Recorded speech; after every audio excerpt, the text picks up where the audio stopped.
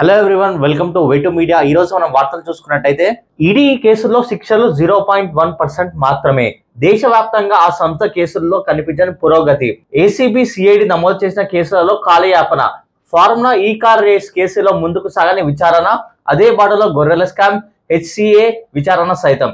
Real estate మోసాలపై enquiry, జప్తులు అంతంతే.